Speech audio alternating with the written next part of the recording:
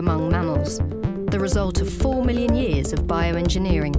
You think about this, what is your one attachment to Mother Earth all the time? Like, why do we need to wear shoes? Where have we forgotten the functionality of feet? For me, being barefoot is like my quick hack to just being connected with nature and present and in tune with what's going on around me. The human foot is an amazing structure. It's comprised of 26 bones, 33 articulations, each with 6 degrees of freedom of motion, 20 plus muscles, with 10 of them being in the arch in 4 layers. We evolved from creatures that were very much like chimpanzees, that climbed trees but also walked on the ground a little bit. First of all, our toes got shorter, our big toe got longer, our big toe evolved to lose its ability to be prehensile. We evolved a great big heel so we could land easily on our heel. And maybe most importantly, we evolved an arch in our foot that helps it stiffen it and also act as a spring. The reason why running became very important around 2 million years ago was to enable our ancestors to hunt. Our brains were enlarging and we needed meat, so we had to run down our prey. And the way we did it was through something called persistence hunting. Hunters will chase an animal, but animals can't cool while they gallop. So if you can make an animal gallop for long enough in the heat, you can actually drive it to a state of heat stroke. And since humans cool by sweating rather than panting, we're able to outrun even the largest animals out there on the African savanna. And we can still do that today. The foot is really very well designed by itself to withstand the loads of walking and running. It can move in many different ways. It allows it to be a rigid lever at times, it allows it to be a mobile adapter to uneven terrain at times, and to be spring-like and have spring-like characteristics. The truth is, for most of human existence, everyone was barefoot, until something happened around 40,000 years ago. You know, the creation of shoes was for a very simple reason. It was to protect our feet against elements that would damage them. People started to wear footwear about 40,000 years ago. We can assume that it were skins wrapped around the feet and also sandals made out of organic material. Heels were first worn exclusively by men, mainly by horsemen. The heel kept their feet in the stirrups so they would not fall off their horse and they would be stable in their saddle. Through history, people have worn shoes that deform their feet, and we only have to think about the Chinese lotus shoe. These feet were put in a shoe that was 6 to 7 centimeters long. When you're 6, 7 years old, you can still break the arch of your foot.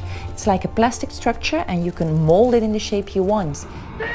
Now we don't have to go back that far. If we look now in the shopping windows, we see a lot of shoes that do the same thing but in a less extreme way. So we took this really great purpose, protection, and then we turned it into something else. We turned it into fashion, we turned it into correction, we turned it into a lifestyle. Most modern shoes are rigid, pretty heavy, do not follow the shape of your own foot.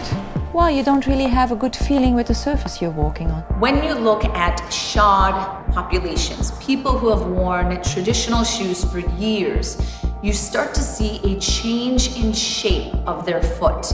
You see a rigidity and a restriction in the natural movement. Most of the injuries I see in my office, including plantar fasciitis, stress fractures, Achilles tendonitis, I attribute to a disconnect that is created between the body and the ground, and I associate that with modern footwear.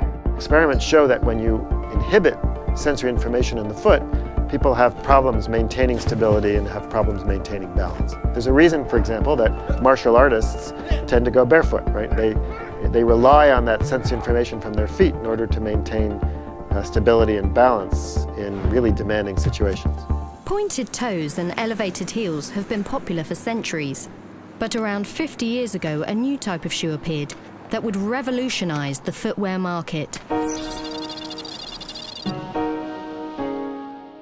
So a lot of the changes that we associate with traditional shoes, cushion, heel-toe drop, we can actually accredit back to the running boom in the 1970s. Bill Bowerman's designs were driven by observing athletes and designing product for performance. Bowerman was building shoes long before Nike, even before Phil Knight, the other co-founder of Nike, came along. He wrote a book called Jogging. That book helped start the whole running movement in the US. People were coming to Bowerman wanting to learn how to run, learn how to jog. A lot of those people that hadn't done that before started having problems with their Achilles tendon and their calf. Bowerman decided upon a half-inch heel lift based on what doctors were telling him. It was because they were trying to accommodate people that had worn dress shoes all their life. It wasn't from the athletes, it was more from the general public that needed a product that they could wear without discomfort.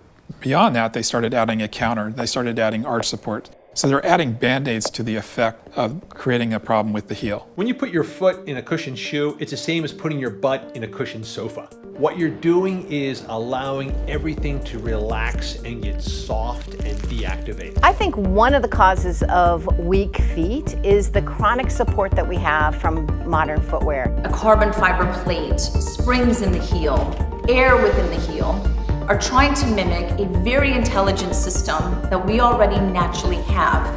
So what we end up with is this cocoon, this sarcophagus that encompasses your foot and strips away all the natural movement that's there for a reason. I think in today's world, fashion is first before performance. Fantastic. Is it going to sell? Is it have that right look or appeal? The more established mainstream sports brands came at a time when it wasn't cool to wear sportswear. So they had to become storytellers and attach their shoes to icons in order to get people into the footwear. The advances in technology and all of that has simply interfered rather than helped the foot. So you're buying technology and shoes to correct for problems caused by the shoe itself. So do our feet need support? Or is it time we learn to let our feet support us? An impulse sent from neurons in the toe is chemically identical to an impulse sent from neurons in the nose. Your feet are riddled with sensory neurons. This makes perfect sense because in an evolutionary environment, you want to know exactly what you're stepping on. Is it hot? Is it cold? Is it sharp? Is it detecting any kind of danger?